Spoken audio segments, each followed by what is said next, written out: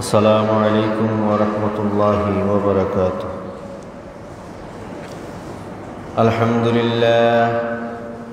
আলহামদুলিল্লাহ নাহমাদুহু ওয়া নাস্তাঈনুহু ওয়া নাস্তাগফিরুহু ওয়া নু'মিনু বিহি ওয়া নাতাওয়াক্কালু আলাইহি ওয়া নাউযু বিল্লাহি মিন শুরুরি আনফুসিনা ওয়া মিন সাইয়্যাতি আ'মালিনা।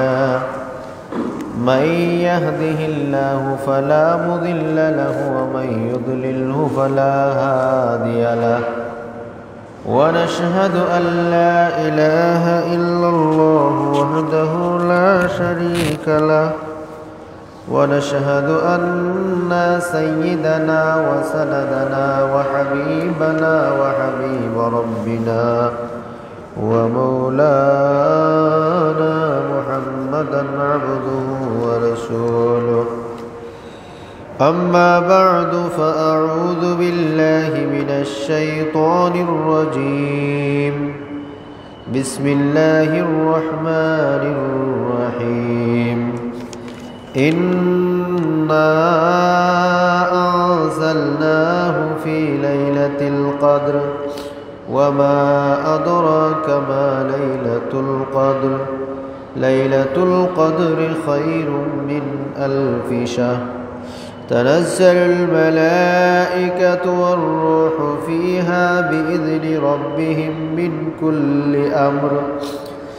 بارك الله لنا ولكم في القرآن الحكيم ونفعنا وإياكم بالآيات والذكر الحكيم. اللهم صل على محمد وعلى آل محمد كما صليت على إبراهيم وعلى آل إبراهيم إنك حميد مجيد.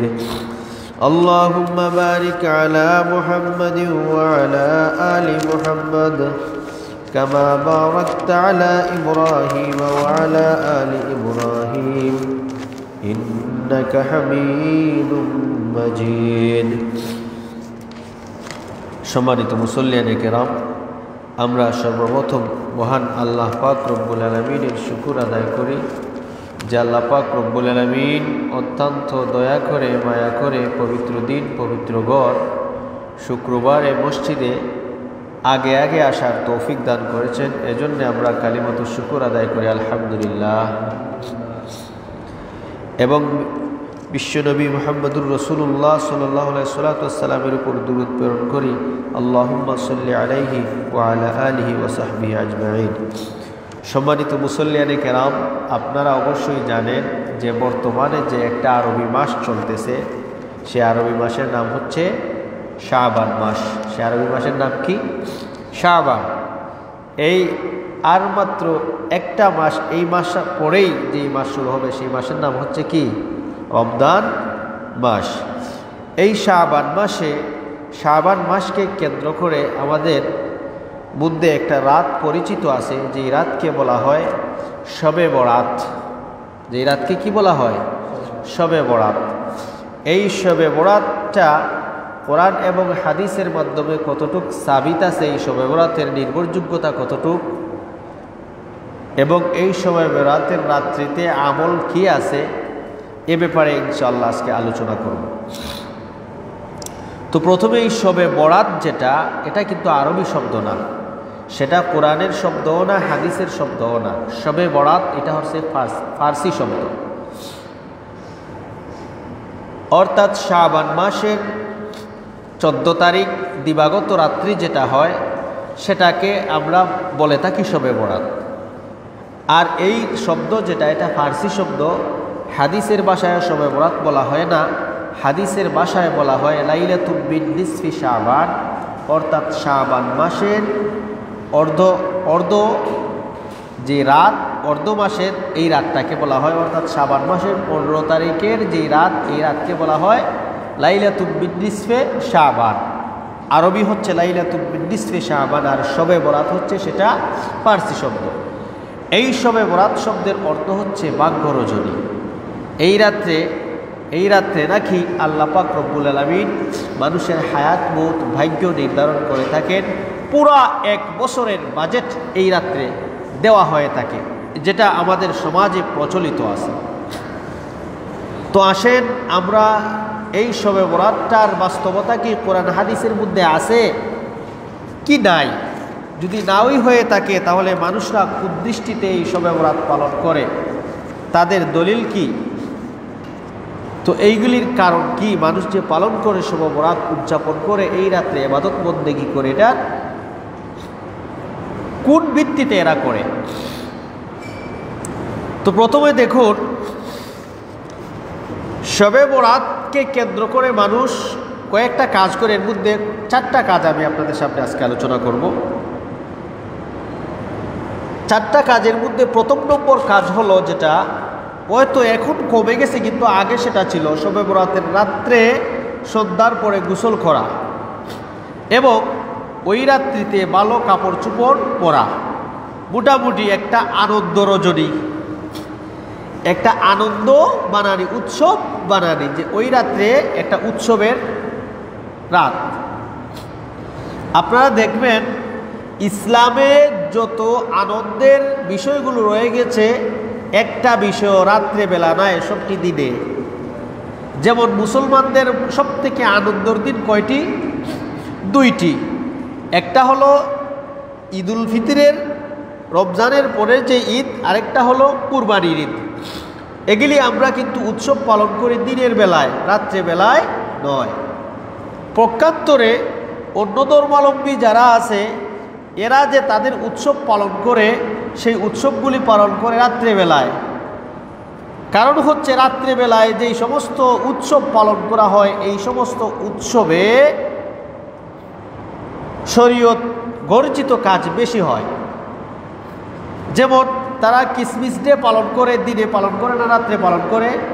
রাত্রে খ্রিস্টানদের বড়দিন যেটা, সেটা রাত্রে পালন করে তারা। রাত্রে গান বান গায়, মদ এগুলি খায় তারা। তো রাত্রে যেই সমস্ত জিনিস উৎসব পালন করা হয়, তমান মানুষকে এই গুনার কাজের দিকে কি করে? ধাবিত করে।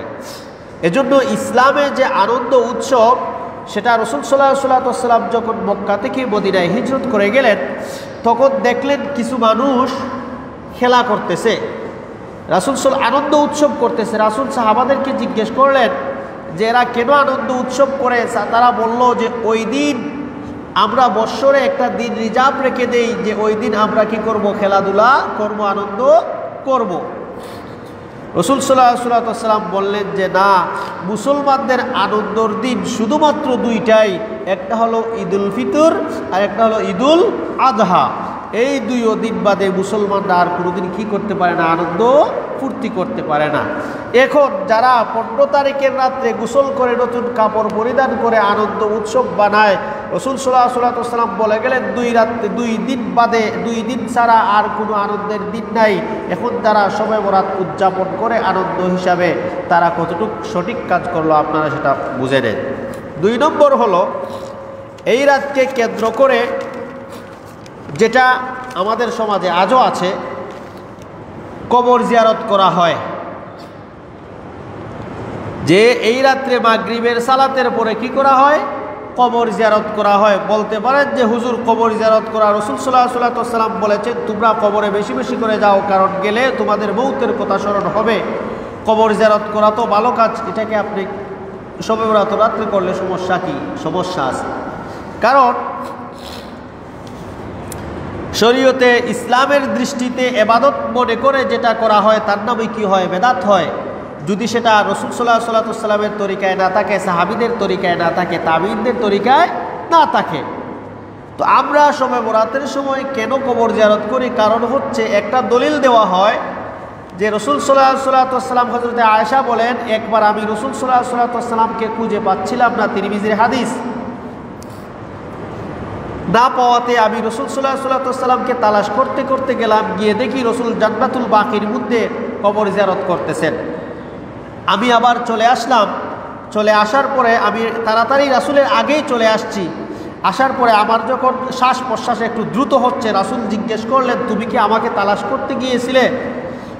তখন আল্লাহ রাসূল সাল্লাল্লাহু আলাইহি ওয়াসাল্লাম বললেন যে আল্লাহ রাসূল সাল্লাল্লাহু আলাইহি ওয়াসাল্লাম বললেন আয়েশাকে, তুমি কি এই ভয় করতেছো যে আমি তোমাকে রেখে অন্য কোনো স্ত্রীর কাছে চলে যাব? আল্লাহ এবং আল্লাহ রসুল কোনোদিন এটা খেয়ানত করবেন না। আয়েশা বললেন, আল্লাহ রসুল, হ্যাঁ আমি এটাই মনে করেছিলাম। তো আল্লাহ রসুল বললেন যে আমি এটা হচ্ছে লাইলাতুল মিন নিসফে শাবান, এই শাবান মাসের 15 তারিখ, যেটা শবে বরাত আমাদের সমাজে প্রচলিত, ওই রাত আমি কবরবাসীর জন্য আয়েশা কি করেছি, দোয়া করেছি।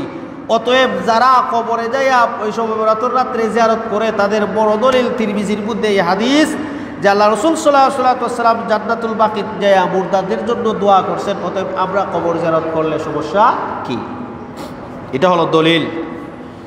এই দলিলের জবাব হলো ইমাম তিরমিজি স্বয়ং এই হাদিস বর্ণনা করে বলেছেন যে আমি আমার উস্তাদকে শুনেছি, আমার উস্তাদের নাম হচ্ছে ইমামে বুখারী। তে আমি ইমাম বুখারীকে এই হাদিস সম্পর্কে জিজ্ঞেস করলাম। ইমাম বুখারী রহমতুল্লাহ আলাইহি বলেন যে এই ইমাম তিরমিজি বলেন, সামিউতু হাযাল হাদিস ইউযাইফু হাযাল সামিউতু মুহাম্মাদান, আমি মুহাম্মদ ইবনে ইসমাইল বুখারীর কাছ থেকে এই হাদিস শুনেছি, তিনি বলছেন যে এই হাদিসটা জয়ীফ, এই হাদিসটা দুর্বল, এই হাদিস গ্রহণ করা যাবে না, এই হাদিসের সনদের মাঝে দুর্বলতা আছে। প্রথম নম্বর তো তিরমিজিওয়ালা এই হাদিস বর্ণনা করে উনি বলেছেন এই হাদিস দুর্বল। দ্বিতীয় নম্বর কথা হলো আমরা মেনেই নিলাম যদি এই হাদিস সহিহ হয়, যদি এই হাদিস মানাই যায়। প্রথম তো এই হাদিসটাই দুর্বল, দ্বিতীয়ত যদি আমরা এই হাদিস গ্রহণই করি, তাহলে আমি বলবো রসুল সাল্লাল্লাহু আলাইহি ওয়াসাল্লাম জান্নাতুল বাকিতে কবর জিয়ারত করতে গেছেন, একা গেছেন না সংঘবদ্ধ হইয়া গেছেন? একা গেছেন। আমাদের সমাজে আমরা কবর জিয়ারত করতে একা যাই না মিছিল দিয়া যায়? শবে বরাতে সংঘবদ্ধ হইয়া যায়। আপনি হাদিস দ্বারা দলিল দিলেন, মেনেই নিলাম আপনার হাদিস সহি আছে, অথচ এই হাদিসটা তো প্রথম নম্বর কথা তো এই হাদিসটা দুর্বল। মেনেই নিলাম আপনার হাদিস সহি, রসুল সাল্লাল্লাহু আলাইহি ওয়াসাল্লাম তো কবর জিয়ারত করেছেন সংঘবদ্ধভাবে নয়, একা একা, তুমি সংঘবদ্ধভাবে কেন যাও?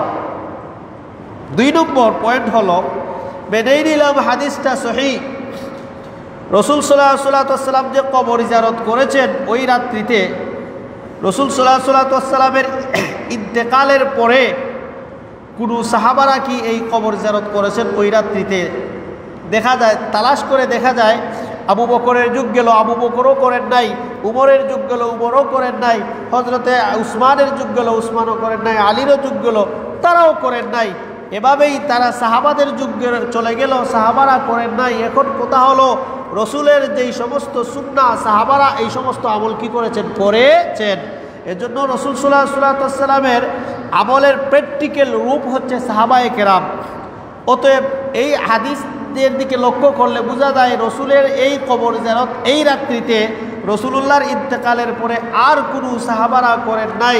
তাহলে বোঝা গেল এটা রসুল সাল্লাল্লাহু আলাইহি ওয়াসাল্লাম যে করেছেন এটা উম্মতের জন্য না, এটা রসুলের জন্য নির্দিষ্ট ছিল। মেনেই যদি দেওয়া যায় হাদিসটা সহি, তাহলে সাহাবারা তো করেন না, কেন করলেন না? বোঝা গেল এটা সাহাবাদের জন্য ছিল না, এটা রসুলুল্লাহর জন্য ছিল। যদি উম্মতের জন্য সেটা শিক্ষা হইতো, তাহলে রাসূল সাল্লাল্লাহু আলাইহি ওয়াসাল্লামের পরে সব সাহাবারা এটা কি করতেন? আমল করতেন। তাহলে বোঝা গেল শবে বরাত যে আমরা দলবদ্ধভাবে কবর জিয়ারত করি, এটা আমাদের জন্য কি না, এই হাদিস দ্বারা সেটা বোঝা যায় না। 3 নম্বর বিষয় হলো এই রাত্রিতে বলা হয় যে এই রাত্রিতে নাকি কোরআন নাজিল করা হয়েছে। শবে বরাতের রাত্রে কোরআন নাজিল করা হয়েছে। আপনারা দেখবেন যে বর্তমানে একজন বক্তা আছে যিনি মানুষের কাছে প্রচলিত মশহুর, ডক্টর এনায়েতুল্লাহ আব্বাসী। উনার মত হলো কোরআন শরীফ নাজিল হয়েছে শবে বরাতে। আপনারা ইন্টারনেটে যদি সার্চ দেন তাহলে সেটা বুঝতে পারবেন।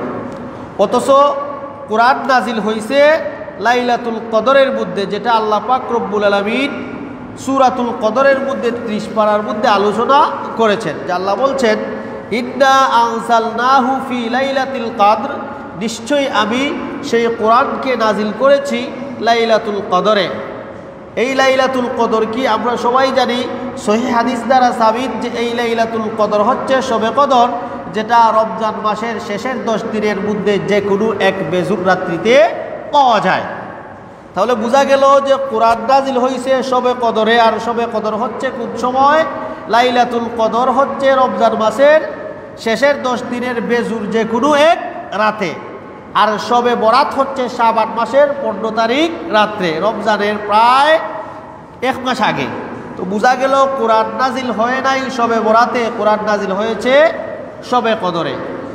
আরেকটা প্রচলিত আছে যে এই রাত্রিতে মানুষের ভাগ্য নির্ধারণ করা হয়, কারণ যেহেতু বলা হয়েছে শবে বরাত ভাগ্য রজনী, অতএব এই রাত্রিতে মানুষের ভাগ্য নির্ধারণ করা হয়। এখন আসেন, মানুষের কাছে যেটা প্রচলিত যে শবে বরাতে মানুষকে ভাগ্য নির্ধারণ করা হয়, এটার দলিল কি? দলিল আছে। শবে বরাত সম্পর্কে 5টা হাদিস আছে। হাদিসের যত হাদিসের কিতাব আছে এর মধ্যে 5টা হাদিস শবে বরাত সম্পর্কে, এই 5টা হাদিসই জয়ীফ। একটা হাদিসও কিনা সহিহ না, একটা হাদিসও বিশুদ্ধ না, সবটি হাদিস জয়ীফ। এই 5টা হাদিস আমি একটু পরে আলোচনা করব। তো আসেন, যে যারা বলে এই রাত্রিতে আল্লাহ পাক রব্বুল আলামিন মানুষের ভাগ্য নির্ধারণ করেন, তাদের একটা দলিল আছে, একটা হাদিস। এই হাদিস দ্বারা তারা দলিল দেয়। তো কোরআনে কি বলে? আল্লাহ বলতেছেন যে তানাজ্জালুল মালাইকাতু ওয়ার রূহু ফিহা বিইذনি রাব্বিহিম মিন কুল্লি আমর। ওই রাত্রিতে আল্লাহ পাক রব্বুল আলামিনের পক্ষ থেকে ফেরেশতারা নাজিল হন বিইذনি রাব্বিহিম, আল্লাহর হুকুমে, মিন কুল্লি আমর, প্রত্যেক বিষয় নিয়া। অর্থাৎ এই বৎসর বনি আদমের যেটা দরকার, এই বৎসর বনি আদমের রিজিক কি, এই বৎসর কে মরবে, এই বৎসর কার রুজি কি হবে, এই বৎসর কে বেমার পড়বে, এই জাতীয় সমস্ত বিধান আল্লাহ পাক রব্বুল আলামিন বলেন যে ওই রাত্রিতে ফেরেশতারা আল্লাহর পক্ষ থেকে নামার পরে ওই রাত্রিতে সব বিধিবিধান মানুষের সাথে কি করা হয়? লিপিবদ্ধ করে দেওয়া হয় এই বৎসরে, 1 বৎসরের জন্য। এটা কোন রাত্রিতে? লাইলাতুল কদরে, যেটা সূরাতুল কদরের মধ্যে আল্লাহ বলেছেন। অতএব যারা বলে শবে বরাত ভাগ্য রজনী, একটা হাদিস দ্বারা দলিল দেয়, সেই হাদিসটা দুর্বল, আমি একটু পরে আলোচনা করব। তাদের এই মওকুফটা, তাদের এই ধারণাটা কিনা সহিহ না। তো বোঝা গেল শবে বরাত যেই শব্দটা, সেটা মানুষের বানানি একটা ফার্সি শব্দ, যার অর্থ হচ্ছে ভাগ্য রজনী। সেটা হাদিসের কোনো ভাষা না, কোরআনের ভাষাও না।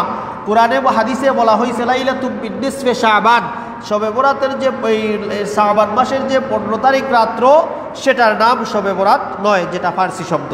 এখন আসেন, এই রাত্রির কোনো ফজিলত আসেনি।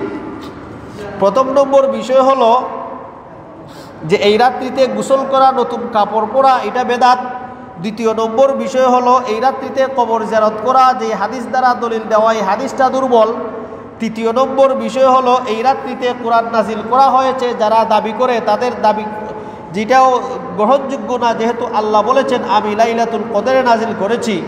চতুর্থ নম্বর বিষয় হলো এই রাত্রিতে কোনো বাস্তবেই কোনো ফজিলত আসেনি না, নাই। সম্মানিত মুসল্লিয়ানে কেরাম, এই রাত্রিকে কেন্দ্র করে এই রাত্রির ব্যাপারে যতটা হাদিস আছে, এর মধ্যে সর্বমোট 5টা হাদিস। এই হাদিসের যত কিতাব, সব হাদিসের কিতাবের মধ্যে ঘাটাঘাটি করলে পাওয়া যায় যে শবে বরাত সম্পর্কে প্রায় 5টা হাদিস আছে।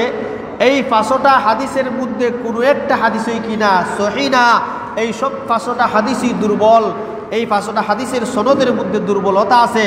অতএব যে জাতীয় হাদিস সনদের মধ্যে দুর্বলতা আছে, এই জাতীয় হাদিস মানা যাবে না।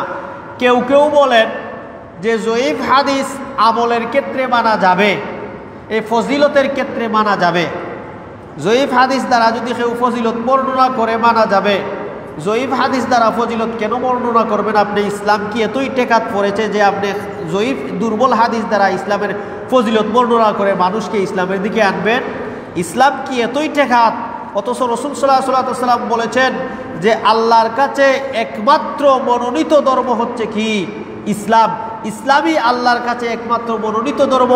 আদ-দীনু ইয়া'লি ওয়ালা ইউ'লা, ইসলাম হচ্ছে উঁচু ধর্ম, সেটাকে নিচু করা যাবে না। আপনি মানুষের দিল, মানুষের মন খুশি করার জন্য দুর্বল হাদিস বলে ফজিলত বর্ণনা করে মানুষকে ইসলামের দিকে আকৃষ্ট করা, ইসলাম এগুলির কি নাই? দরকার নাই, ইসলামের প্রয়োজন নাই। অতএব দুর্বল হাদিস বর্ণনা করে আপনি ইসলামের ফজিলত বর্ণনা করবেন, ফাওয়াইদ বর্ণনা করবেন, এটা যুক্তিসঙ্গত হতে পারে না। কোরআন হাদিসের দৃষ্টিতে তো নাওই, কারণ দুর্বল হাদিস দ্বারা আমল তো হওয়া যাবে নাই, ফজিলত বর্ণনা করা যাবে না। এখন আসেন, যারা নাকি শবে বরাতের ফজিলত বর্ণনা করে 5টা হাদিস দিয়া, এর মধ্যে প্রথম নম্বর হাদিস যেটা ইমাম তিরমিজি রহমতুল্লাহ আলাইহি তিরমিজি শরীফের মধ্যে উল্লেখ করেছেন, সে হাদিসটা হলো আয়েশা রাদিয়াল্লাহু তাআলা আনহা থেকে বর্ণিত। উনি বলেন, قالت فقدت رسول الله صلى الله عليه وسلم ليلة فإذا هو بالبقيع فقال أكنت تخافين أن يخيف الله عليك ورسوله। হযরতে আয়েশা রাদিয়াল্লাহু তাআলা বর্ণনা করেন, একবার আমি রাসূল সাল্লাল্লাহু আলাইহি ওয়াসাল্লামকে তালাশ করে পাচ্ছিলাম না, তখন আমি খুঁজে গিয়ে দেখি রসুল জান্নাতুল বাকির মধ্যে, কবরস্থান যেটা, এখানের মধ্যে আল্লাহ রসুল দোয়া করতেছেন। তখন আমি আল্লাহ রসুলের আগেই চলে আসলাম। আল্লাহ রসুল আমার ঘরে এসে আমাকে বললেন, ও আয়েশা, তুমি কি ভাবছো আমি অন্য কোনো স্ত্রীর কাছে চলে গেছি? আয়েশা রাদিয়াল্লাহু তাআলা বললেন যে হ্যাঁ আল্লাহ রসুল, আমি এটাই চিন্তা করেছিলাম। আল্লাহ রসুল বললেন যে না, আল্লাহ এবং আল্লাহ রসুল তোমাকে খেয়ানত করবেন না। এরপরে আল্লাহ রসুল সাল্লাল্লাহু আলাইহি ওয়াসাল্লাম বললেন যে ফাকালা ইন্নাল্লাহা তাআলা ইয়ানজিলু লাইলাতান নিসফি মিন শাবান ইলা সামাইদ দুনিয়া ফায়াগফিরু লি আকতারা বিন আদাদি শা'রি গনামে কলবিন। যে এরপরে আল্লাহ রাসূল সাল্লাল্লাহু আলাইহি ওয়াসাল্লাম বললেন, ওই রাত্রিতে আল্লাহ পাক রব্বুল আলামিন সামায়ে দুনিয়াত আসেন, এসে মানুষের গুনাহ ওই পরিমাণ মাফ করেন। একটা গোত্রকে বললেন যে বনি কালবের যে বকরিয়া, বনি কালবের যে বকরি আছে, বনি কালবের যে বকরি, ওই বকরির গায়ে যে পরিমাণ লুম আছে, এই পরিমাণ গুনাহ আল্লাহ পাক রব্বুল আলামিন ওই রাত্রিতে মানুষের মাফ করে দেন।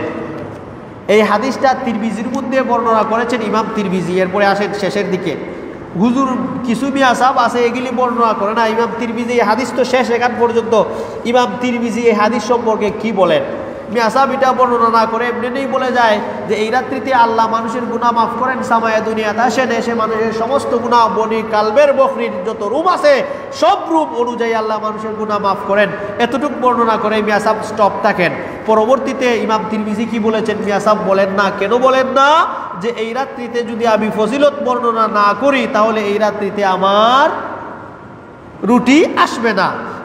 এবং ইমাম তিরমিজি কি বলেন দেখেন, ইমাম তিরমিজি বলেন, কালাত তিরমিজি সামি'তু মুহাম্মাদান, মুহাম্মদ হচ্ছে ইমাম বুখারীর নাম, যে উনি বলেন সামি'তু মুহাম্মাদান ইয়ানি আল বুখারী ইউদাইফু হাযাল হাদিস।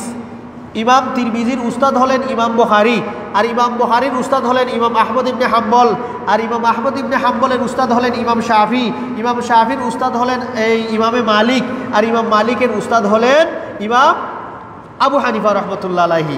তো উনি বলেন যে আমি আমার উস্তাদকে জিজ্ঞেস করলাম যে এই হাদিস সম্পর্কে। আমার উস্তাদ ইমাম বুখারী বলছেন যে এই হাদিস জয়ীফ, এই হাদিস দুর্বল। অতএব যারা শবে বরাতের ফজিলত এই হাদিস দ্বারা বর্ণনা করে, তাদের মওকফ, তাদের ধারণা কিনা ঠিক না, তাদের দাবি ঠিক না, কারণ এটার বুনিয়াদ হচ্ছে দুর্বল হাদিস। একটা শবে বরাত সম্পর্কে 5টা হাদিস আছে যেগুলি জাতির সামনে আলোচনা করা হয়, তার ফজিলত বর্ণনা করা হয়, 5টাই দঈফ, দুর্বল। এটা হলো প্রথম নম্বর হাদিস, যেটা ইমাম তিরমিজি রহমতুল্লাহ আলাইহি তিরমিজিতে আলোচনা করেছেন।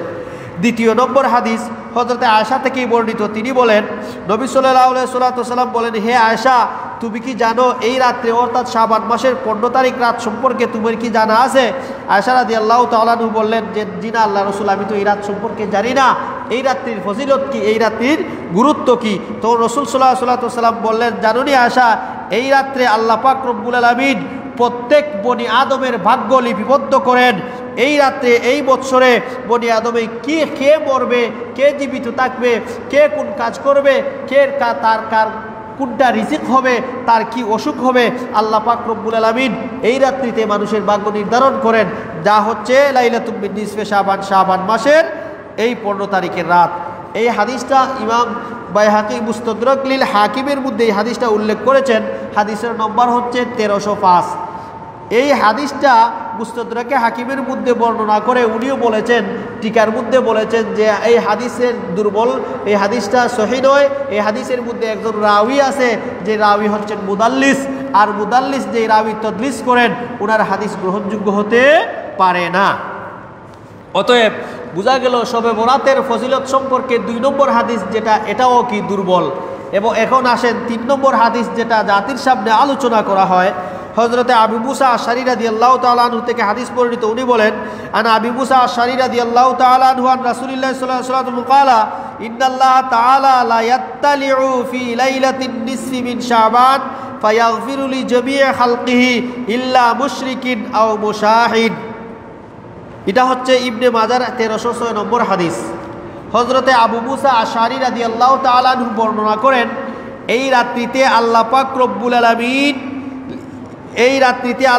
রব্বুল আলামিন দুনিয়ার আসমানের মধ্যে চলে আসেন লিয়াত্তালিয়া ফি লাইলাতিন মিন নিসফি শাবান, যে মানুষের প্রতি এমনভাবে মনোনিবেশ করেন, এমনভাবে মানুষের প্রতি তাওজ্জু দেন, ফায়াগফিরু লি জামিই খালকিহি, আল্লাহ জামিই খালক সমস্ত সৃষ্টিকে অর্থাৎ সমস্ত মানুষকে আল্লাহ পাক রব্বুল আলামিন ওই রাত্রিতে ক্ষমা করে দেন, ইল্লাল মুশরিক আও মাশাহিন, কিন্তু মুশরিক যারা আছে তাদেরকে আল্লাহ ক্ষমা করেন না।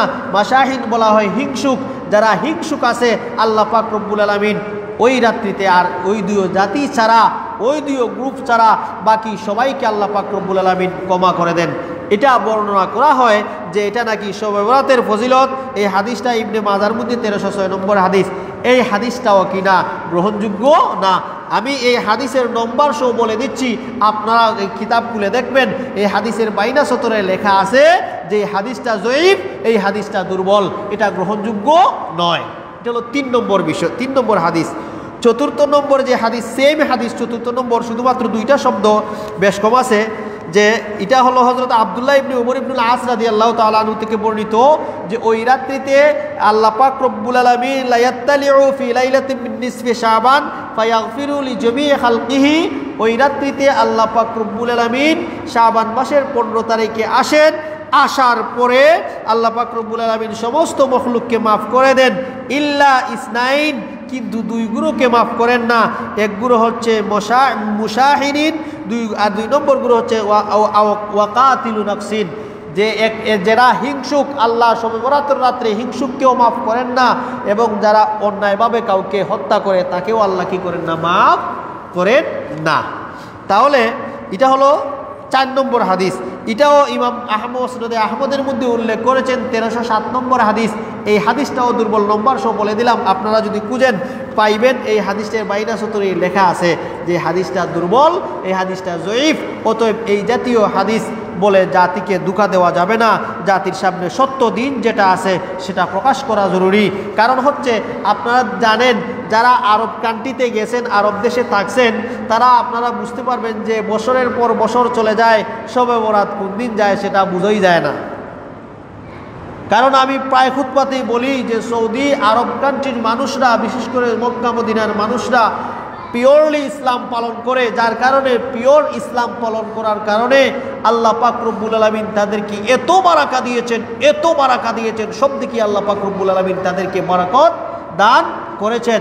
এজন্য দেখবেন হজের মৌসুমের সময় আরবরা, হজের মৌসুমে না সারা বছরই দেখা যায় রমজানে বিশেষ করে ইফতারের সময় প্যাকেট নিয়ে তারা দাঁড়িয়ে থাকে মানুষকে ইফতারি দেওয়ার জন্য।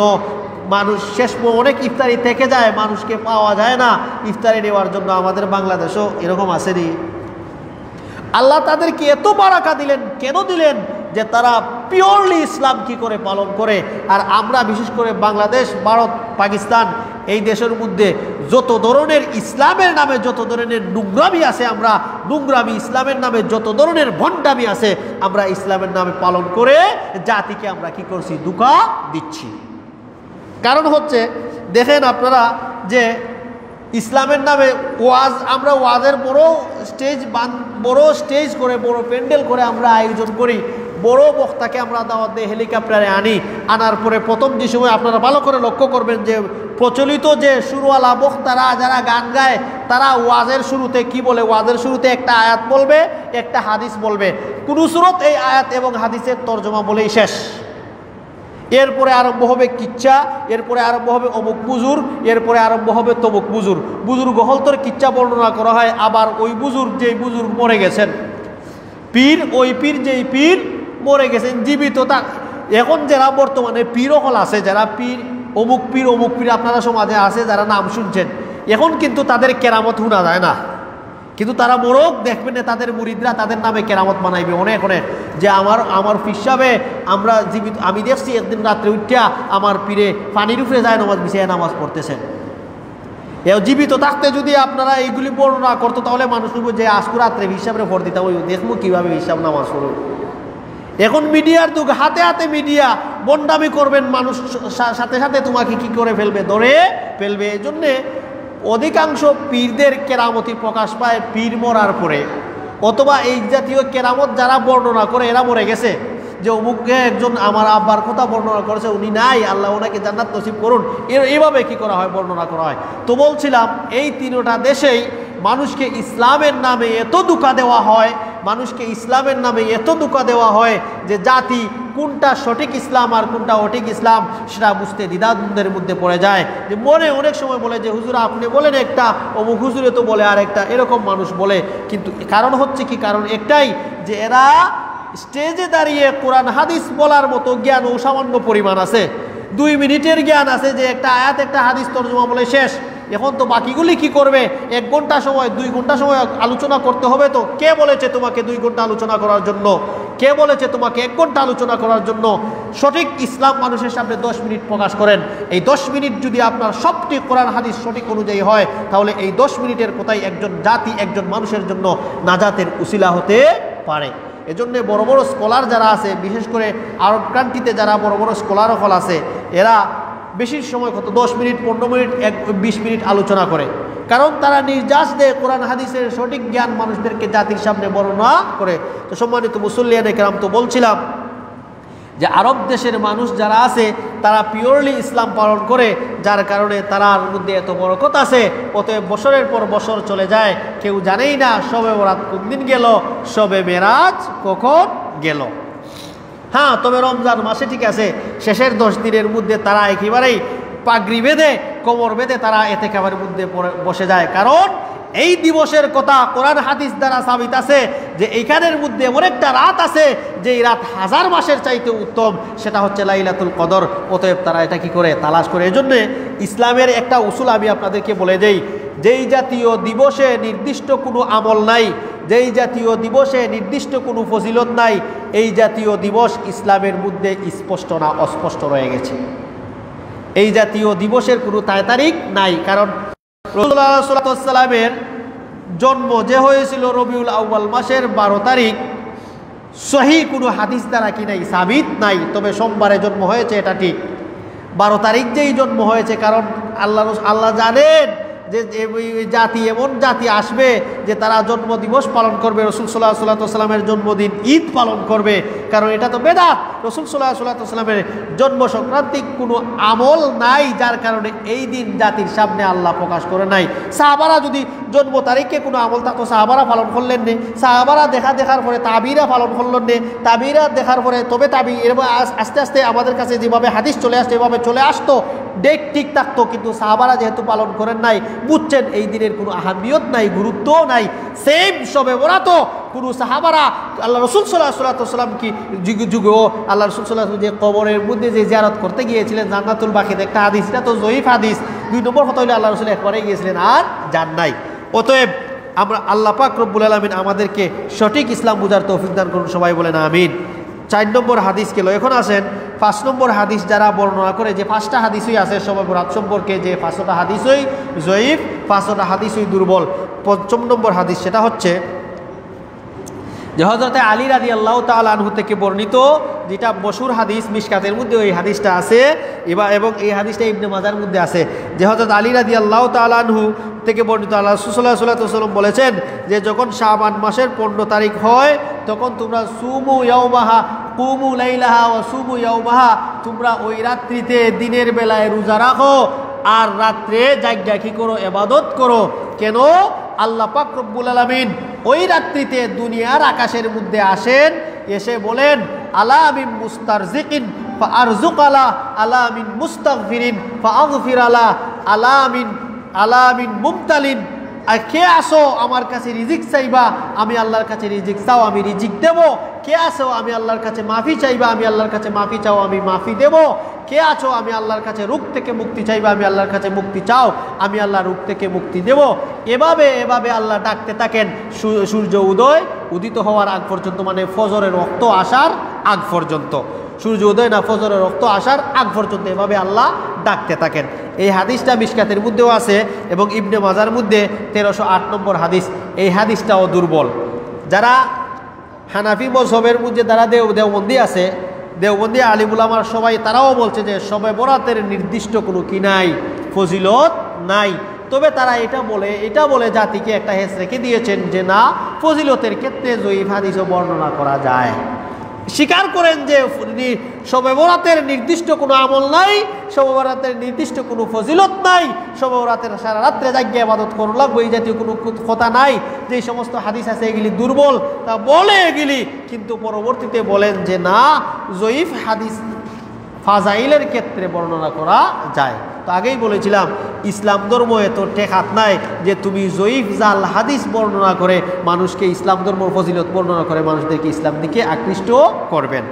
এই হাদিসের মধ্যে বলা হয়েছে যে আল্লাহ পাক রব্বুল আলামিন এই শবে বরাতের রাত্রে বিশেষ করে সামায়ে দুনিয়ার মধ্যে আসেন, এসে মানুষকে ডাকতে থাকেন।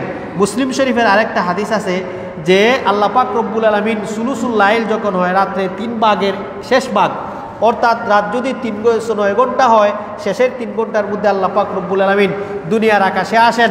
শবে বরাতের রাত্রিতে না, 12টা মাস 365 দিন, চন্দ্র হিসাবে 363 আর সূর্যের হিসাবে 365 দিন। এই 365 দিনই আল্লাহ পাক রব্বুল আলামিন প্রতি রাত্রে, 12টা মাসের প্রতি রাত্রে আল্লাহ পাক রব্বুল আলামিন শেষের 3 ভাগের 1 ভাগের শেষের ভাগে আল্লাহ পাক রব্বুল আলামিন দুনিয়ার আকাশে এসে মানুষদেরকে ডাকতে থাকেন, আমার কাছে তোমরা চাও, আমার কাছে তোমরা মাফি চাও, আমি আল্লাহ তোমাদেরকে মাফ করে দেব। আমার কাছে তোমরা রিজিক চাও, আমি আল্লাহ তোমাদেরকে রিজিক দেব। আমার কাছে তোমরা এই রোগ থেকে মুক্তি চাও, আমি আল্লাহ তোমাদেরকে মুক্তি দেব। শবে বরাতের রাত্রে না 12 মাসই, 12 মাস। এটা মুসলিম শরীফের হাদিস যে 12 মাস আল্লাহ পাক রব্বুল আলামিন এখানের মধ্যে আসেন।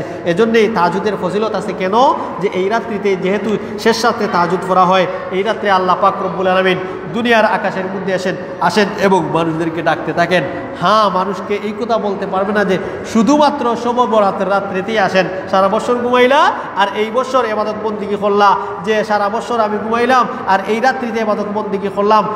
আবার আমাদের সমাজে আরেকটা প্রচলিত আছে, কুসংস্কার আছে আমাদের এলাকায়, আগে হয়তো জানি না এখন আসেনি না নাই, কারণ মনে হয় 10 বছর ধরে শবে বরাতের যেই লাইলাতুল নিসফে শাবান হয় বাড়িতে থাকতে পারি না। কিন্তু আগে দেখতাম যে মানুষরা দরজা খুলে রাখতো কেন, এই রাত্রে নাকি রুহানিরা চলে আসে। জানি না আপনাদের এখানে আসেনি না নিয়ম, এখানে দরজা খোলা রাখে, এই রাত্রিতে আগরবাতি জ্বালাইয়া দেওয়া হয় কেন, এই রাত্রে রুহানি চলে আসে, বোঝা যায় মামুর বাড়ি বেড়ানে গেছে, এখানে হয়তো এই জগৎ সেই জগৎ যে কেউ যদি চলে যায় আবার এখানে ফিরে আসে না। এটা হলো হিন্দু আমি আকীদা। হিন্দুদের একটা মত হলো যে কেউ যদি মরে পুনরায় অন্য আত্মা হইয়া তারা এটা আবার দুনিয়াতে আসে, অন্য আত্মা হইয়া ঘরের চতুর্দিকে কি করে দৌড়াদৌড়ি করে। হিন্দু আমি আকীদা আমাদের মুসলমানের মধ্যে আছে, এগুলিও এই ধরনের কুসংস্কার আছে শবে বরাতকে কেন্দ্র করে। তো সম্মানিত মুসল্লিয়ানে কেরাম, এই যে 5টা হাদিস বর্ণনা করলাম, এই 5টা হাদিসের মধ্যে কোনো একটা হাদিসই সঠিক না, সব হাদিসই দুর্বল, সব হাদিসই জাল, এই জয়ীফ, এই হাদিসগুলো মানা যাবে না। অতএব শবে বরাতকে কেন্দ্র করে আমরা যেন এই রাত্রিতে নির্দিষ্ট কোনো আমল আমরা যেন নির্দিষ্ট আমল, যে এই রাত্রিতে সারাদিন মসজিদের মধ্যে বসে পড়ে থাকবো আর কোনো কিছু করে যাব না, এই রাত্রির ফজিলত আছে মনে করে এটা করা যাবে না।